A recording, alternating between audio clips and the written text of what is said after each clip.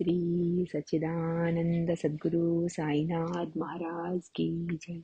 सद्गुरु श्री साईनाथ निसरत बाबूजी की जय। రమణ పెరియ పురాణము. రాజా అయ్యర్. రాజా అయ్యర్ను పోస్ట్ మాస్టర్ అనేవారు. ఆయన చాలా నిరాడంబరులు, భక్తిపరులు. ఆయన భజనలు, భక్తి గీతాలు పాడుతూ ఉండేవారు. ఆయన 1911వ సంవత్సరంలో భగవాన్ విరూపాక్ష గుహలో ఉండగా కలిశారు. స్వభావరీత్యా ఆయన ఒక నిరంతర బాటసారి. ఆయన కాళ్ళు ఎక్కడకు తీసుకువెళ్తే అక్కడకు వెళ్ళేవారు. అదే ఊరిలో ఉన్న తన మేనత్తను చూడడానికి తిరువణమలై వచ్చినప్పుడల్లా ఆయన భగవాన్తో ఉండేవారు. 1911వ సంవత్సరంలోనే ఆమె భగవాన్ గొప్పదనాన్ని గుర్తించింది. ఆమె తీపి పదార్థాలు అంటే స్వీట్స్ తయారు చేసి విరూపాక్ష గుహలో ఉన్న భగవాన్కు నివేదించడం అలవాటుగా పెట్టుకుంది.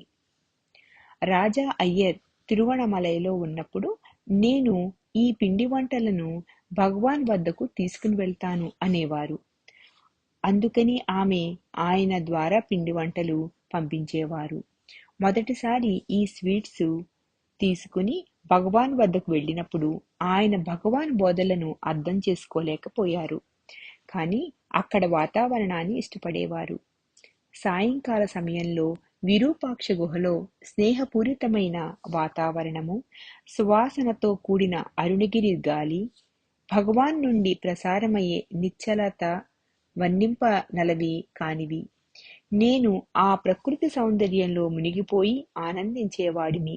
అంతేకాక భగవాన్కు ఏది అర్పించబడినా అది అందరికీ సమానంగా పంచబడేది. రాజా అయ్యర్ దేశదిమ్మరి కనుక కొన్నిసార్లు ఆయనకు చాలినంత ఆహారం దొరికేది కాదు. రాజా అయ్యర్ భోజన ప్రియుడని తెలుసును కనుక భగవాన్ కొన్ని ఆహార పదార్థాలు రాజా అయ్యర్ కొరకు దాచి ఉంచేవారు. ఆయన ఎప్పుడు విరూపాక్ష గుహకు గాని స్కందాశ్రమానికి గాని వెళ్ళినా ఆయనకు తినటానికి ఏదో ఒకటి లభించేది. రాజా అయ్యర్ అన్నారు, నేను భగవాన్ వద్దకు కేవలం స్వీట్స్ తినడానికే వెళ్తూ ఉండేవాడిని అని చెప్పుకోవటానికి నేనేమీ సిగ్గుపడను. ఒకరోజు రాజా అయ్యర్ స్కందాశ్రమానికి వెళ్తూ ఉండగా ఎచ్చమ్మాళ్ళు భగవాన్కు భిక్ష తీసుకుని వెళ్తూ కనిపించారు. అప్పుడు ఒక భక్తుల బృందం చాలా నిరాశ నిండిన ముఖాలతో స్కందాశ్రమాన్ని నుండి దిగి వస్తూ కనిపించారు. వారి ముఖాలు చూచి ఎచ్చమ్మాళ్ళు ఏం జరిగింది అని అడిగారు. ఆ బృందం వారు అన్నారు, మేము రమణ మహర్షిని చూడడానికి వెళ్ళాము. మాకాయన కనపడలేదు. ఎచ్చమ్మాళ్ళు ఆశ్చర్యపోయారు. ఏమిటి, మీరు ఆయనని చూడలేకపోయారా అన్నారు. మేము చూడలేకపోయామని వారు సమాధానం ఇచ్చారు. అక్కడెవరూ లేరా అని ఆమె వారిని అడిగారు. ఆ బృందం వారు చెప్పారు, అక్కడ ఒకే ఒక వ్యక్తి ఉన్నారు. ఆయన రాళ్లు పేర్చి గోడను సరిచేస్తున్నారు. ఆయన తప్ప ఇంకెవరూ లేరు. ఎచ్చమ్మాళ్, మీరు భగవాన్ ఎక్కడ ఉన్నారు అని ఆయనను అడిగారా అని వారితో అన్నారు. వాళ్ళు జవాబిచ్చారు, అవును, అడిగితే భగవాన్ కొండపైకి వెళ్లారని చెప్పారు. తికమకపడిన ఎచ్చమ్మాళ్ రాజా అయ్యర్ వారినిలా అడిగారు, ఆ వ్యక్తి ఎలా ఉన్నారు? ఆయన ఒక గోచి పెట్టుకుని ఉన్నారు, తలకొక గుడ్డ చుట్టుకుని ఉన్నారు అన్నారు ఆ బృందం. ఆయన ఏ రంగులో ఉన్నారు అన్నారు రాజా అయ్యర్. ఎచ్చమ్మాళ్, ఆయన చాలా తెల్లగా ఉన్నారు అన్నారా బృందం. ఎచ్చమ్మాళ్లకు రాజా అయ్యర్కు అర్థమైంది, ఆ వ్యక్తి తప్పక భగవానే అయి ఉంటారని. ఎచ్చమ్మాళ్ రాజా అయ్యర్ వారితో, మాతో రండి, మేము మిమ్మలను భగవాన్ వద్దకు తీసుకుని వెళ్తాము అన్నారు. వారందరూ స్కందాశ్రమం చేరుకునేటప్పటికీ భగవాన్ తను చేసే పని ముగించి తన యథాస్థానానికి వచ్చి కూర్చున్నారు. ఆయన ఎంత ప్రశాంతంగా కూర్చున్నారనంటే వచ్చిన బృందం, ఇందాక మేము చూచింది ఈయనను కాదు, వేరే అతన్ని అన్నారు.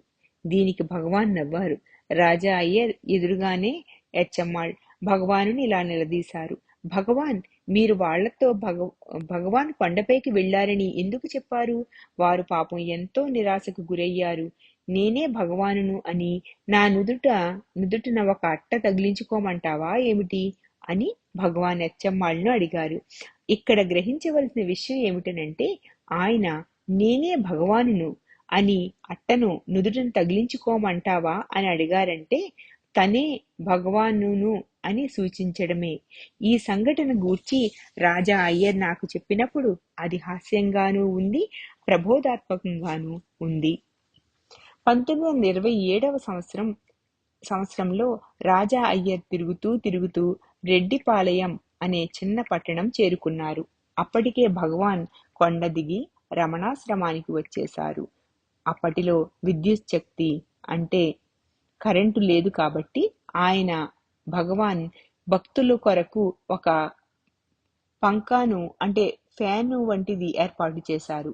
ఒక తేలికైన బోర్డుకు పొడవైన గుడ్డ అతికించబడి ఉంటుంది. ఈ బోర్డు అంటే సీలింగ్ ఇంటి కప్పుకు తగిలించబడి ఉంటుంది. ఈ బోర్డుకు ఒక పెద్ద తాడు తగిలించబడి ఉంటుంది.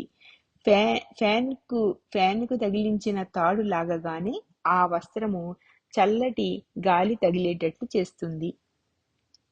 ఒక రాత్రి రాజా అయ్యర్ కలలో భగవాన్ కనిపించారు. భగవాన్ హాలులో పంకా కింద కూర్చుని ఉన్నారు. రాజా అయ్యర్ హాలులోనికి ప్రవేశించగానే రా వచ్చి పంకాను లాగు అన్నారు. కాబట్టి ఆయన కలలో ఆయన పంకా లాగారు. భగవాన్ చల్లగాలిని ఆనందించారు. కొన్ని రోజుల తరువాత రాజా అయ్యర్ తిరువణమలై వెళ్లారు.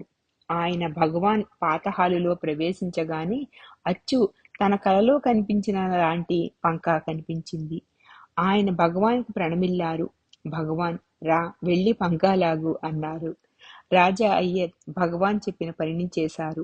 5 నిమిషాల తరువాత భగవాన్ ఆయనను పిలిచి రాజా అది చాలు అన్నారు. రాజా గొప్ప బాధ్యతను స్వీకరించినట్లుగా భావించి భగవాన్ తనను సేవ చెయ్యవలసినదిగా చెప్తున్నారని అర్థం చేసుకున్నారు. భగవాన్ ఎప్పుడూ ఎవరిని ఏ పని చెయ్యి అని చెప్పరు కాబట్టి భగవాన్ తనను సేవ చెయ్యమని సూచిస్తున్నారని భావించి శాశ్వతంగా రమణాశ్రమానికి వచ్చేశారు. రాజా అయ్యర్ ఇక్కడున్న రమణాశ్రమంలో ఉండటం ప్రారంభించగానే ఆయనను భజనలు చేయటానికి ఎవరో ఒకరు తరచుగా పిలుస్తూ ఉండేవారు. వివిధ దేవతలకు వివిధ రకాల భజనలు ఉండేవి. ఉదాహరణకు శ్రీరామనవమికి, శ్రీకృష్ణాష్టమికి ఆ రాత్రి అంతా భజనలు జరుగుతూ ఉండేవి. కొన్నిసార్లు గది మధ్యలో జ్యోతి వెలిగించేవారు. భజనలు జరుగుతుండగా జనులు దీపం చుట్టూ తిరుగుతూ ఉండేవారు.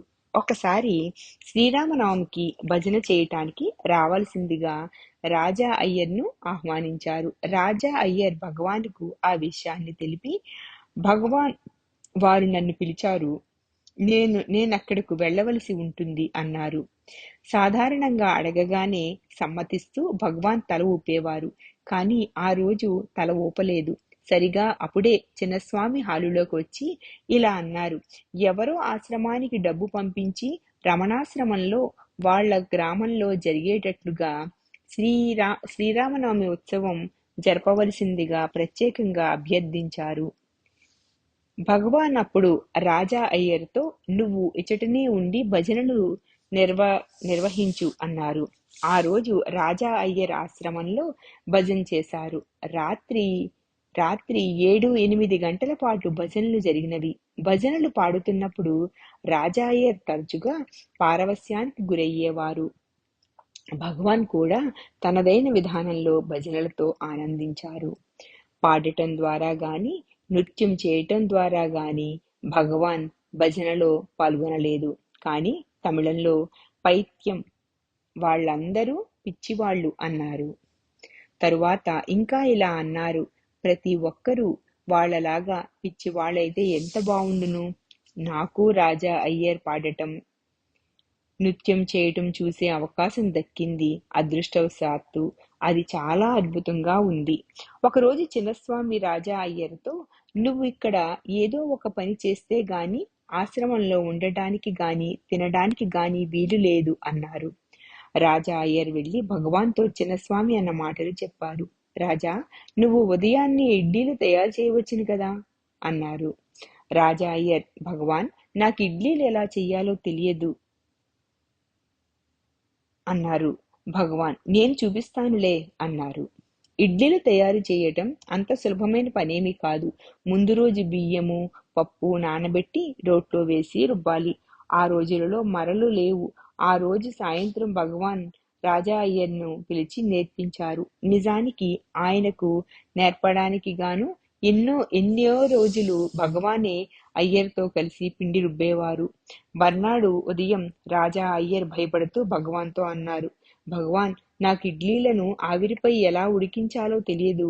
భగవాన్ అన్నారు, నేను వచ్చి సాయం చేస్తాను రాజా అని. భగవాన్ ఆయనకు ఇడ్లీలు ఎలా వండాలో చూపించారు. కానీ మర్నాడు రాజా అయ్యర్కు భయం కలిగేటట్లు ఇడ్లీలన్నీ తునకలయ్యాయి. ఆయన పరిగెత్తుకుంటూ హాలుకు వెళ్లి, భగవాన్, ఇడ్లీలన్నీ విరిగిపోయినవి. ఇప్పుడేం చెయ్యాలో నాకు తెలియట్లేదు. నాకు భయం వేస్తుంది అన్నారు. ఇడ్లీలు చేసే ముందు నీకు నేను చెప్పాను కదా, అగ్నికి ముందు అర్పించాలని. నువ్వు ప్రతిజ్ఞ చేశావా? మొదటి ఇడ్లీలను అగ్నికి అర్పిస్తానని. రాజా అయ్యర్, భగవాన్, నేను ఆ విషయం మరిచిపోయాను. భగవాన్ అన్నారు, అయితే ఇప్పుడు వెళ్ళి ఆ పని చెయ్యి. అగ్నిదేవునికి చెప్పు, మొదటిసారి ఇడ్లీలను ఆయనకు సమర్పిస్తానని. భగవాన్ చనిపోయిన తరువాత కూడా మొదటి ఇడ్లీలను అగ్నికి సమర్పించటం తాను మానలేదని రాజా అయ్యర్ నాతో చెప్పారు. ఇదే రాజా అయ్యర్ లోగడ కేవలం భోజనం అంటే స్వీట్స్ కోసమే భగవాన్ వద్దకు విరూపాక్ష గుహకు కాని స్కందాశ్రమానికి గాని వెళ్ళేవారు. ఇప్పటికీ ఆయనకు తిండి అంటే ఇష్టం.